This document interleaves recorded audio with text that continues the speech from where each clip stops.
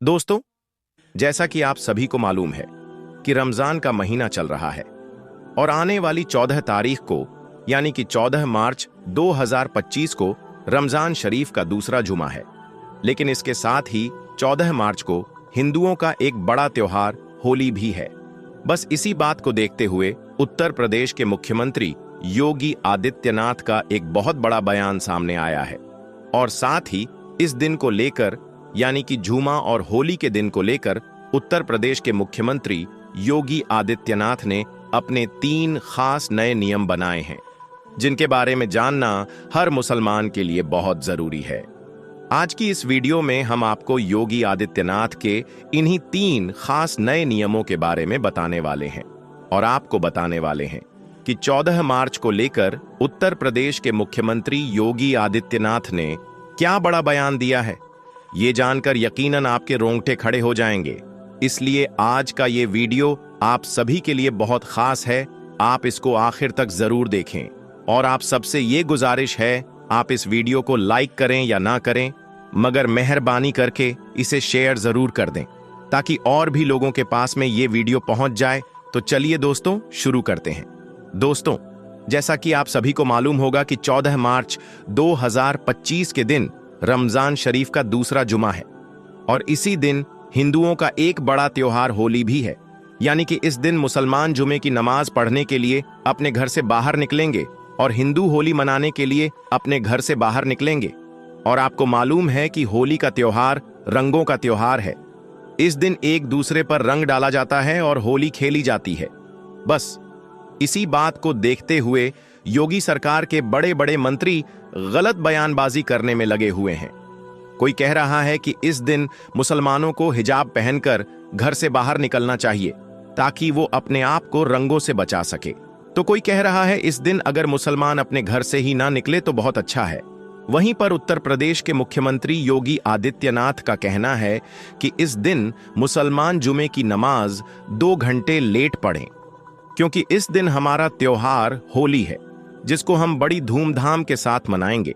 और यही नहीं, इसके साथ ही योगी आदित्यनाथ ने 14 मार्च को लेकर अपने 3 खास नए नियम भी बनाए हैं, जिनको लेकर अपने आला अधिकारियों से कहा है कि वो 14 मार्च के दिन इन 3 नियमों का सख्ती के साथ में पालन करवाए और अगर कोई इन नियमों की पालना नहीं करता है तो उन पर कड़ी से कड़ी कार्यवाही की जाए।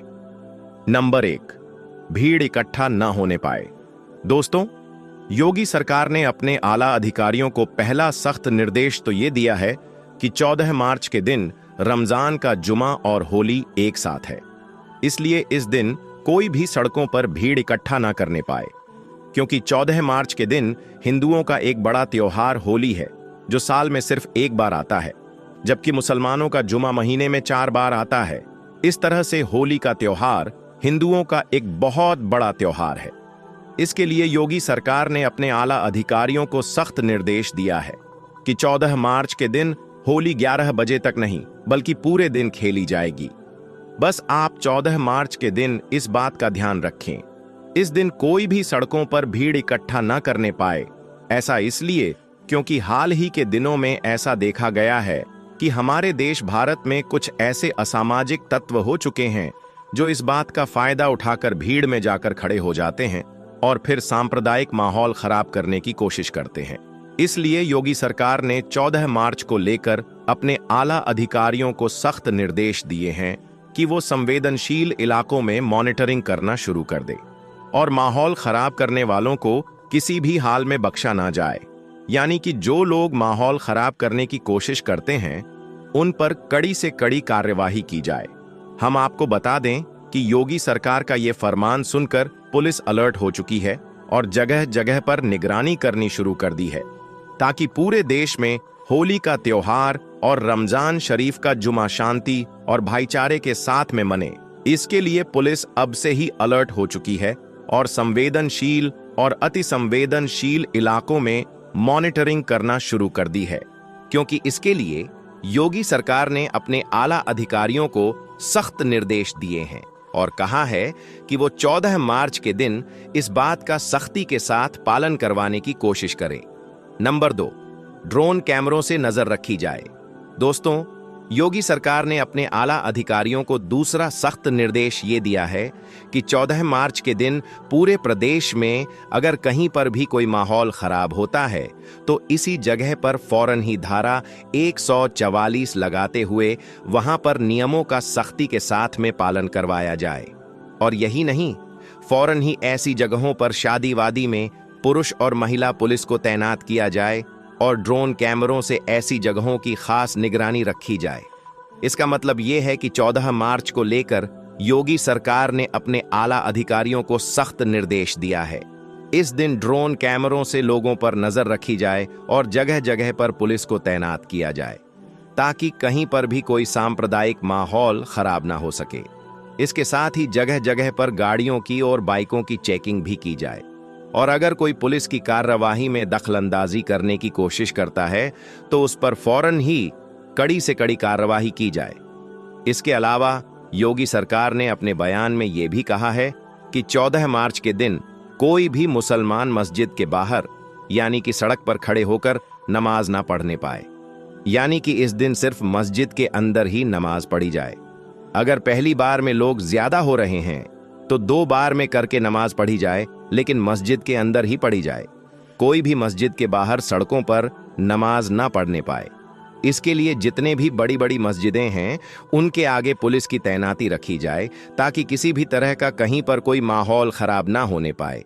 इसके अलावा योगी सरकार ने मुस्लिम धर्म गुरुओं से भी इस बात की अपील की है कि वो अपने लोगों को इस बारे में समझाए। हो सके तो जुमे की नमाज 2 घंटे लेट पढ़ाई जाए ताकि होली का त्योहार खुशी के साथ मनाया जा सके। अब यहाँ पर योगी सरकार को ये नहीं मालूम है कि जुमे की नमाज कोई दुनियावी प्रोग्राम नहीं है जो 2 घंटे लेट पढ़ाया जाए। इसका टाइम तो फिक्स है, ये तो अपने टाइम पर ही अदा होती है। और नंबर 3, सोशल मीडिया पर निगरानी रखी जाए। दोस्तों, योगी सरकार ने 14 मार्च को लेकर अपने आला अधिकारियों के लिए तीसरा फरमान ये जारी किया है कि 14 मार्च के दिन सोशल मीडिया पर 24 घंटे निगरानी रखी जाए। कोई भी इस दिन सोशल मीडिया के जरिए से किसी भी तरह की कोई अफवाह ना फैलाने पाए, यानी कि कोई भी इस दिन सोशल मीडिया पर किसी भी तरह की कोई आपत्तिजनक पोस्ट ना करने पाए। इस दिन अगर कोई भी सोशल मीडिया पर हिंदू मुसलमानों को लेकर गलत पोस्ट डालता है या अफवाह फैलाता है तो उस पर फौरन ही कड़ी से कड़ी कार्रवाई की जाए। और यही नहीं, इसके अलावा योगी सरकार ने अपने आला अधिकारियों को यह भी सख्त निर्देश दिया है कि जो लोग जुमा और होली को लेकर भड़काऊ बयानबाजी देते हैं या नफरती भाषण देते हैं तो ऐसे शरारती तत्वों के साथ जीरो टॉलरेंस की नीति अपनाई जाए, यानी कि ऐसे लोगों पर खास नजर रखी जाए और फिर उन पर कड़ी से कड़ी कार्रवाई की जाए। और साथ ही सोशल मीडिया पर 24 घंटे खास निगरानी रखी जाए, यानी कि इस दिन माहौल खराब करने की कोशिश करने वालों पर खास नजर रखी जाए और फिर ऐसे लोगों पर कड़ी से कड़ी कार्रवाई की जाए। दोस्तों, इसके अलावा हम आपको ये भी बता दें, इससे पहले उत्तर प्रदेश के मुख्यमंत्री योगी आदित्यनाथ ने रमजान के महीने को लेकर भी ये कहा था कि रमजान के महीने में सुबह सहरी के वक्त मस्जिदों से बार बार आवाज ना लगाई जाए। इसके लिए योगी आदित्यनाथ ने अपने आला अधिकारियों को सख्त निर्देश दिया था कि जितने भी मस्जिदों के ऊपर लाउड स्पीकर लगे हुए हैं उन सब की आवाज को धीमा करवाया जाए, यानी कि रमजान के महीने में किसी भी मस्जिद से लाउड स्पीकर से जोर जोर से ना बोला जाए। खास तौर पर सुबह सहरी के वक्त बेवजह शोर शराबा ना किया जाए। इसके अलावा उत्तर प्रदेश के मुख्यमंत्री योगी आदित्यनाथ ने मुस्लिम धर्म गुरुओं से अपने लोगों को समझाने की अपील भी की थी, जिसके बाद मौलाना रशीद फिरंगी ने मुसलमानों से अपील भी की कि वो सुबह सहरी के वक्त बेवजह शोर शराबा ना करें ताकि आपके पड़ोसियों और मोहल्ले वालों को किसी भी तरह की कोई परेशानी ना हो। मतलब कि मौलाना रशीद फिरंगी ने मुसलमानों से अपील की कि वो सुबह सहरी के वक्त बार बार माइक में ऐलान ना करें। दोस्तों, याद रखिए, रमजान का महीना रहमतों और बरकतों वाला महीना है, इसलिए आप इस पाक महीने में अल्लाह ताला की खूब इबादत करें और नेक और अच्छे अच्छे काम करें और आने वाली 14 तारीख को मस्जिदों में जाकर जुमे की नमाज अदा करें और अल्लाह से अमन और भाईचारे के लिए दुआ करें। लेकिन इसके साथ ही आप इस दिन कोई भी ऐसा वैसा काम ना करें जिसकी वजह से आपको या फिर आपकी कौम को किसी भी तरह की कोई मुसीबत का सामना करना पड़े, आपके सामने कोई परेशानी आ पड़े। इसलिए आप इस दिन कोई भी गलत काम ना करें और ना ही किसी से कोई छेड़खानी करने की कोशिश करें, और साथ ही आप इन 3 नियमों का सख्ती के साथ में पालन भी करें। अल्लाह ताला से दुआ है कि अल्लाह पाक हमारे देश भारत में अमन चैन और भाईचारा कायम करें और हम सबको आपस में भाईचारे के साथ जिंदगी गुजारने की तौफीक अता करें, और आने वाली 14 तारीख को हम सबको बुरे लोगों से महफूज रखें। आमीन अल्लाहुम्मा आमीन। एक बार आप भी कमेंट बॉक्स में आमीन जरूर लिख दें। दोस्तों, अब हम आपको बताते हैं कि रमजान का मुबारक महीना शुरू हो चुका है, और साथ ही इसी महीने की 14 तारीख को हिंदुओं का एक बड़ा त्योहार होली भी है, और इसी दिन यानी कि 14 तारीख को ही रमजान मुबारक का जुमा भी है। बस इसी बात को देखते हुए उत्तर प्रदेश के मुख्यमंत्री योगी आदित्यनाथ ने रमजान को लेकर अपनी तरफ से एक एडवाइजरी जारी की है और अपने 5 खास नए नियम बनाए हैं, जिनके बारे में जानना हर मुसलमान के लिए बहुत जरूरी है। आज हम आपको इसी के बारे में बताने वाले हैं कि रमजान को लेकर उत्तर प्रदेश के मुख्यमंत्री योगी आदित्यनाथ ने क्या बड़ा बयान दिया है, और 5 ऐसे कौन से खास नए नियम बनाए हैं जिनको लेकर योगी सरकार ने अपने आला अधिकारियों को सख्त निर्देश दिए हैं, जिसको जानकर यकीनन आप भी हैरान रह जाओगे। इसलिए आज का ये वीडियो आप सभी के लिए बहुत खास है। आप इस वीडियो को आखिर तक जरूर देखें, और आप सबसे ये गुजारिश है कि आप इस वीडियो को लाइक करें या ना करें, मगर मेहरबानी करके इसे शेयर जरूर कर दें ताकि और भी मुसलमानों के पास में ये वीडियो पहुंच जाएं। तो चलिए दोस्तों, शुरू करते हैं। दोस्तों, जैसा कि आप सभी को मालूम होगा कि उत्तर प्रदेश के मुख्यमंत्री योगी आदित्यनाथ को मुसलमानों के खिलाफ अजीबोगरीब बयान देने के लिए खास जाना जाता है। जब से उत्तर प्रदेश में योगी सरकार बनी है, तब से लेकर अब तक जितने भी मुसलमानों के त्योहार आई हैं, हर बार यही संदेशा बना रहता है। इस बार पता नहीं योगी सरकार की क्या एडवाइजरी जारी होगी। इस बार इस त्योहार को मनाने की हमें इजाजत मिलेगी या नहीं मिलेगी, हर बार यही संदेशा बना रहता है। योगी सरकार ने पहले मुहर्रम, फिर बकरा ईद, फिर ईद और अब रमजान को लेकर अपनी एडवाइजरी जारी की है और अपने 5 खास नए नियम बनाए हैं, और अपने आला अधिकारियों से कहा है कि वो रमजान के महीने में इन 5 नियमों का सख्ती के साथ में पालन करवाएं, और अगर कोई इनकी पालना नहीं करता है तो उन पर कड़ी से कड़ी कार्रवाई की जाए। नंबर 1, भीड़ इकट्ठा न होने पाए। दोस्तों, योगी सरकार ने अपने आला अधिकारियों को पहला सख्त निर्देश तो ये दिया है कि इस बार रमजान के महीने में कोई भी सड़कों पर भीड़ इकट्ठा न करने पाए, यानी कि एक जगह पर भीड़ इकट्ठा करके ना खड़े होने पाए।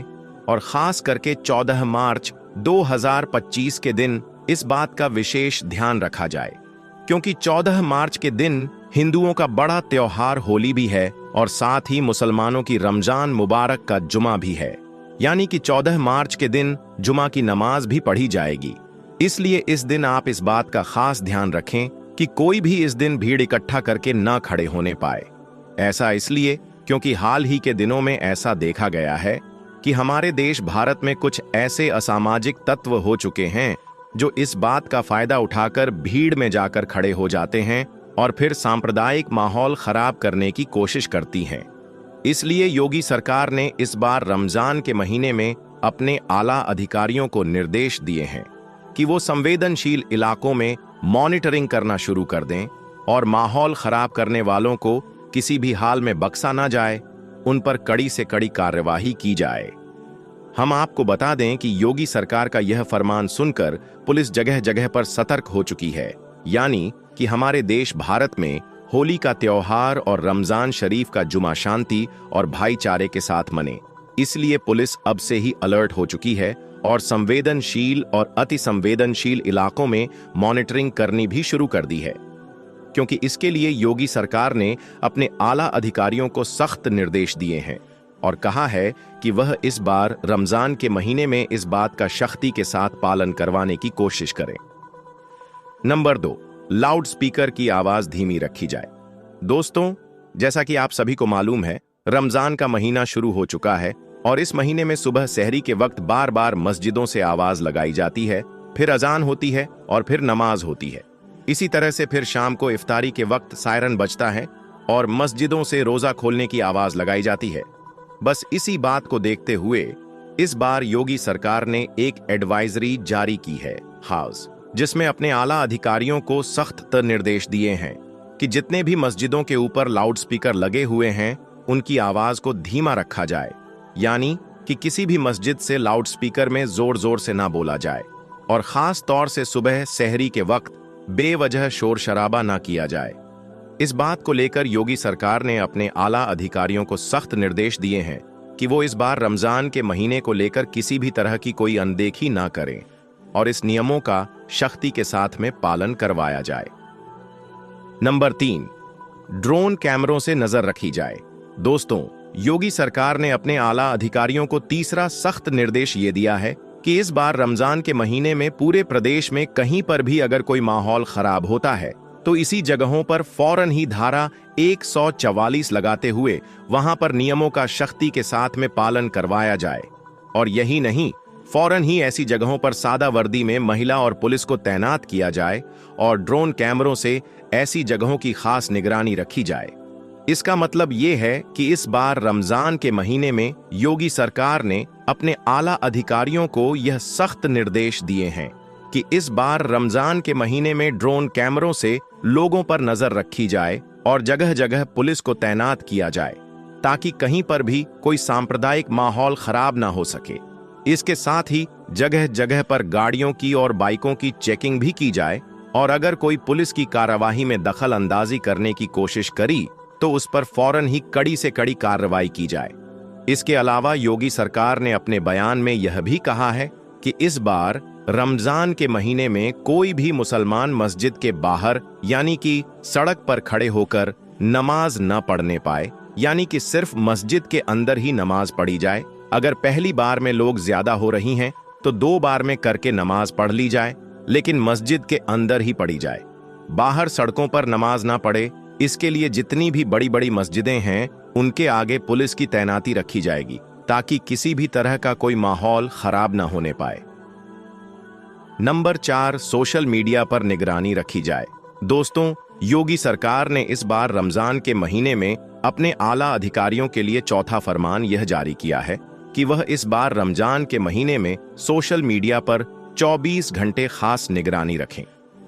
कोई भी रमजान के महीने में सोशल मीडिया के जरिए से किसी भी तरह की कोई अफवाह ना फैलाने पाए, यानी कि कोई भी सोशल मीडिया पर किसी भी तरह की कोई आपत्तिजनक पोस्ट ना करने पाए। और खास करके 14 मार्च के दिन इस बात का खास ध्यान रखा जाए क्योंकि उस दिन हिंदुओं का बड़ा त्योहार होली है और मुसलमानों की रमजान का जुमा भी है।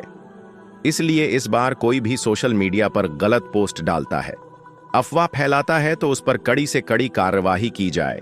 और यही नहीं, इसके अलावा योगी सरकार ने अपने आला अधिकारियों को यह भी सख्त निर्देश दिए हैं कि जो लोग भड़काऊ बयान देते हैं ऐसे शरारती तत्वों के साथ जीरो टॉलरेंस भी अपनाई जाए। ऐसे लोगों पर खास नजर रखी जाए और फिर उन पर कड़ी से कड़ी कार्रवाई की जाए और सोशल मीडिया पर 24 घंटे खास निगरानी रखी जाए। कोई भी शख्स रमजान और होली के मौके पर कोई अफवाह ना फैलाने पाए और ना ही कोई आपत्तिजनक पोस्ट करने पाए, यानी कि माहौल खराब करने की कोशिश करने वालों पर खास नजर रखी जाए और फिर ऐसे लोगों पर कड़ी से कड़ी कार्रवाई की जाए। नंबर 5, धर्म गुरुओं से खास अपील भी की है। दोस्तों, इस बार रमजान के महीने को लेकर योगी सरकार ने मुस्लिम धर्म गुरुओं से भी खास अपील की है कि वह मुसलमानों को इस बारे में समझाएं। बस इसी बात को देखते हुए फिर लखनऊ में मौजूद इस्लामिक सेंटर ऑफ इंडिया के चेयरमैन और ईदगाह के मौलाना खालिद रशीद फिरंगी महल्ली ने भी मुसलमानों के लिए एक एडवाइजरी जारी की है। मौलाना रशीद फिरंगी ने मुसलमानों से अपील की है कि आप रमजान के इस मुबारक महीने में नेक और अच्छे अच्छे काम करें और अपने लिए, अपने देश भारत की सलामती के लिए और आपसी भाईचारे के लिए अल्लाह ताला से दुआ करें। साथ ही मौलाना रशीद फिरंगी ने मुसलमानों से सहरी के वक्त यानी कि सुबह के वक्त बेवजह शोर न करने की भी अपील की है ताकि आपके पड़ोसियों और आपके मोहल्ले वालों को किसी भी तरह की कोई परेशानी ना हो, यानी कि उनका पूरी तरह से ख्याल रखा जाए। इसके अलावा मौलाना रशीद ने मुसलमानों से यह भी अपील की है कि रमज़ान का महीना बहुत मुबारक और बाबरकत महीने को इबादत में गुजारे सहरी के लिए बार बार माइक में ऐलान न किया जाए। साथ ही सुबह के वक्त किसी भी तरह का कोई शोर शराबा न किया जाए। इसके अलावा नमाजी अपनी गाड़ियों को उसी जगह पर ही खड़ी करें जिस जगह को पार्किंग के लिए मुकर्रर किया गया है, जिसकी वजह से किसी भी आने जाने वाले को कोई परेशानी ना हो। इसके अलावा मौलाना रशीद फिरंगी ने यह भी कहा है कि रमज़ान के महीने में बड़े पैमाने पर रोज़ा इफ्तार पार्टियां रखी जाएं, उनमें खास तौर पर गरीबों को शामिल किया जाए और यही नहीं, अपने माल का जो हिस्सा है वह गरीबों में बांटा जाए। दोस्तों याद रखिए, रमज़ान का महीना रहमतों और बरकतों वाला महीना है, इसलिए आप इस पाक महीने में अल्लाह ताला की खूब इबादत करें और नेक और अच्छे अच्छे काम करें। लेकिन इसके साथ ही आप इस महीने में कोई भी ऐसा वैसा काम ना करें जिसकी वजह से आपको या फिर आपकी कौम को किसी भी तरह की कोई परेशानी का सामना करना पड़े।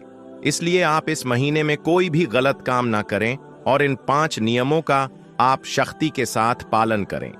अल्लाह ताला से दुआ है कि अल्लाह पाक हम सबको रमज़ान के इस मुबारक महीने में बुराई से दूर रखे और नेक और अच्छे अच्छे काम करने की तौफीक अता फरमाए। आमीन, अल्लाहुम्मा आमीन। एक बार आप भी कमेंट बॉक्स में आमीन जरूर लिख दें। दोस्तों, अब हम आपको अल्लाह के प्यारे नबी हजरत मोहम्मद मुस्तफ़ा सल्लल्लाहु अलैहि वसल्लम के रोजे के बारे में बताएंगे। दोस्तों, अल्लाह के प्यारे नबी सल्लल्लाहु अलैहि वसल्लम ने अपनी हयाते जिंदगी में 9 रमजान देखे हैं, यानी कि 9 रमजान गुजारे हैं। 10वें रमजान के शुरू होने से पहले आप इस दुनिया से पर्दा फरमा गए, यानी कि आप अल्लाह के पास तशरीफ ले गए। इस तरह से आपने अपनी जिंदगी में रोजे फर्ज होने से वफात तक 9 रमजान गुजारे हैं। दोस्तों, इस वीडियो में हम बात करने वाले हैं कि अल्लाह के पैगंबर हजरत मोहम्मद मुस्तफ़ा सल्लल्लाहु अलैहि वसल्लम की सहरी और इफ्तारी कैसे होती थी, यानी कि आप सहरी और इफ्तारी में क्या क्या चीजें खाना पसंद करते थे। और साथ में हम आपको प्यारे नबी सल्लल्लाहु अलैहि वसल्लम की इफ्तारी का एक ऐसा वाक्य भी बताने वाले हैं जिसको सुनकर यकीनन आप लोगों का दिल खुश हो जाएगा। जाहिर सी बात है, आपने प्यारे नबी सल्लल्लाहु अलैहि वसल्लम का नाम सुनकर इस वीडियो को लाइक तो किया ही होगा, तो बस आप इस वीडियो को आखिर तक देखते रहिएगा।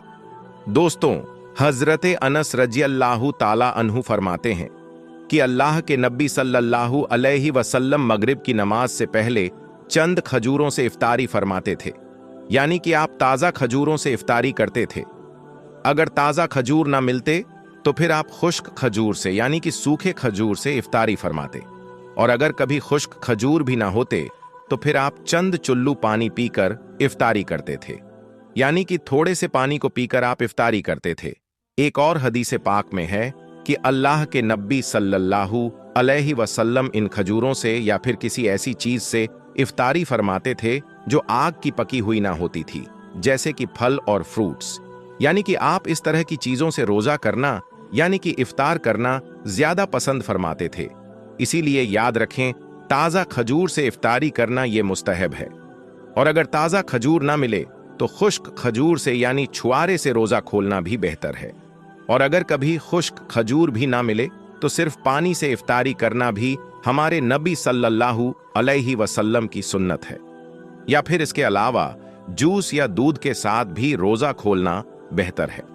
याद रखें, अल्लाह के नबी सल्लल्लाहु अलैहि वसल्लम इफ्तारी में आग पर पकी हुई चीजों को नहीं खाते थे। इसका मतलब ये नहीं कि इसके लिए आपने मना फरमाया है, बल्कि इसके बारे में आपने इरशाद फरमाया है कि इफ्तारी में आग की पकी हुई चीजों को खाने से पेट को नुकसान पहुंचता है, मादे को नुकसान पहुंचता है।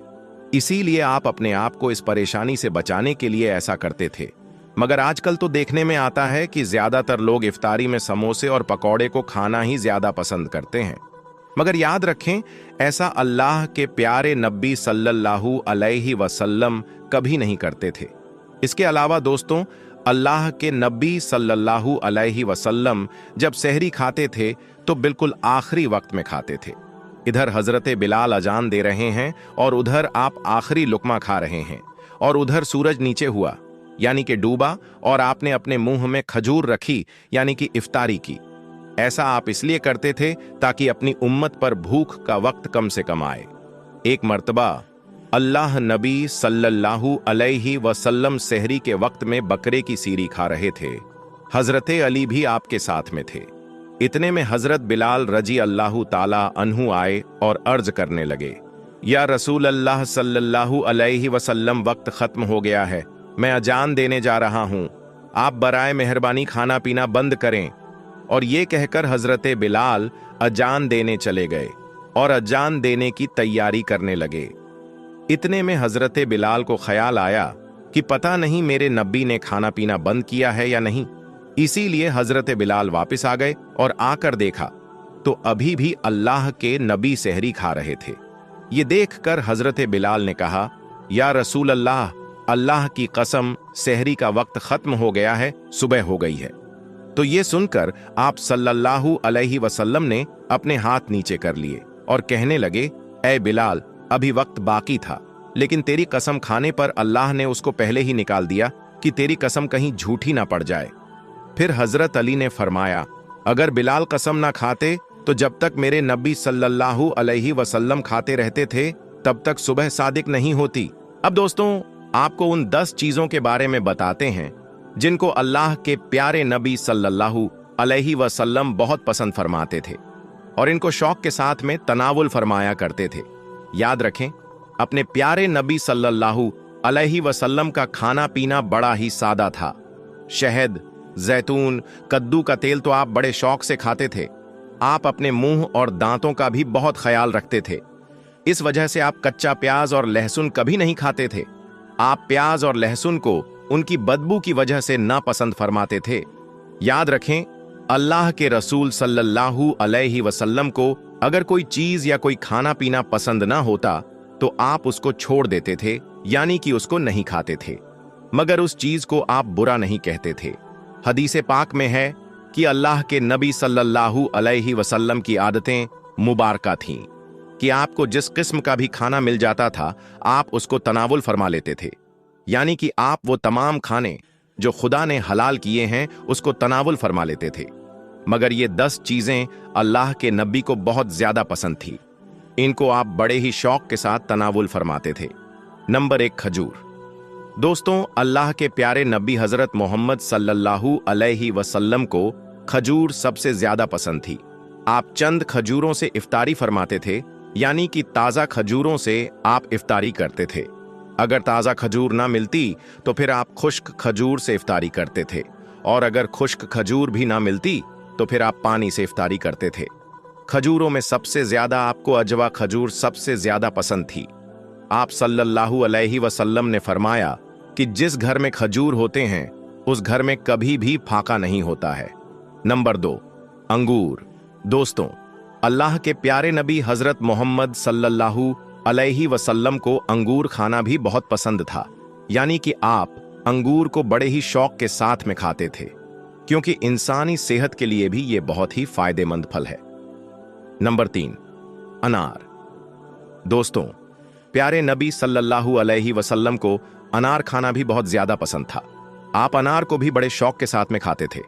आपने फरमाया कि अनार जन्नत के फलों में से एक फल है। नंबर 4, अंजीर।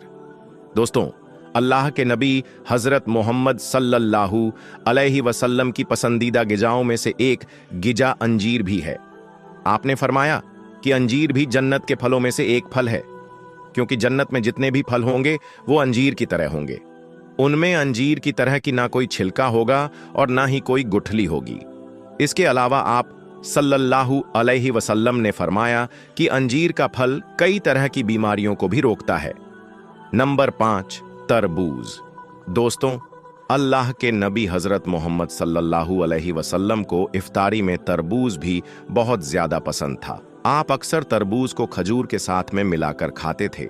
हजरत आयशा रजी अल्लाहु ताला अन्हा से रिवायत है कि रसूल खुदा सल्लल्लाहु अलैहि वसल्लम अक्सर तरबूज को खजूरों के साथ में मिलाकर खाते थे। नंबर 6, दूध। दोस्तों, दूध भी हमारे प्यारे नबी हजरत मोहम्मद सल्लल्लाहु अलैहि वसल्लम की पसंदीदा गिजा में से एक गिजा थी। आपको दूध बहुत ज्यादा पसंद था। आप अक्सर गाय और बकरी का दूध इस्तेमाल करते थे। आप दूध को कभी खालिस तो कभी पानी में मिलाकर पीना पसंद करते थे। शहद। दोस्तों, अल्लाह के प्यारे नबी सल्लल्लाहु अलैहि वसल्लम को शहद भी बहुत ज्यादा पसंद था। आप अक्सर शहद का इस्तेमाल करते थे। और यही नहीं, शहद का जिक्र कुरान पाक में भी कई दफा आया है। नंबर 8, गोश्त। दोस्तों, पहले नबी सल्लल्लाहु अलैहि वसल्लम को गोश्त खाना भी बहुत पसंद था। आपने फरमाया कि दुनिया और जन्नत दोनों जगह में सब खानों का सरदार गोश्त होगा। आप शोरबे वाले गोश्त को ज्यादा पसंद फरमाते थे। हदीस पाक में आया है कि अल्लाह के प्यारे नबी शोरबे वाला और भुने हुए गोश्त को ज्यादा शौक से तनावुल फरमाते थे। आपको बकरा और बकरी, दूंबा और ऊंट का गोश्त सबसे ज्यादा पसंद था। नंबर 9, जौ की रोटी। दोस्तों, अल्लाह के नबी हजरत मोहम्मद सल्लल्लाहु अलैहि वसल्लम को जौ की रोटी भी बहुत ज्यादा पसंद थी। आप अक्सर जौ की रोटी खाना पसंद करते थे और बगैर छाने हुए आटे की मोटी रोटी तनावुल फरमाते थे। नंबर 10, चावल। दोस्तों, प्यारे नबी सल्लल्लाहु अलैहि वसल्लम को चावल खाना भी बहुत ज्यादा पसंद था। आप चावल को भी बड़े शौक के साथ में खाते थे। आप सल्लल्लाहु अलैहि वसल्लम ने फरमाया कि अल्लाह ने चावल के दानों में बहुत बरकत रखी हुई है। तो दोस्तों, आज की इस वीडियो में बस इतना ही। हम मिलेंगे आपको अगली वीडियो में। तब तक के लिए अल्लाह हाफिज।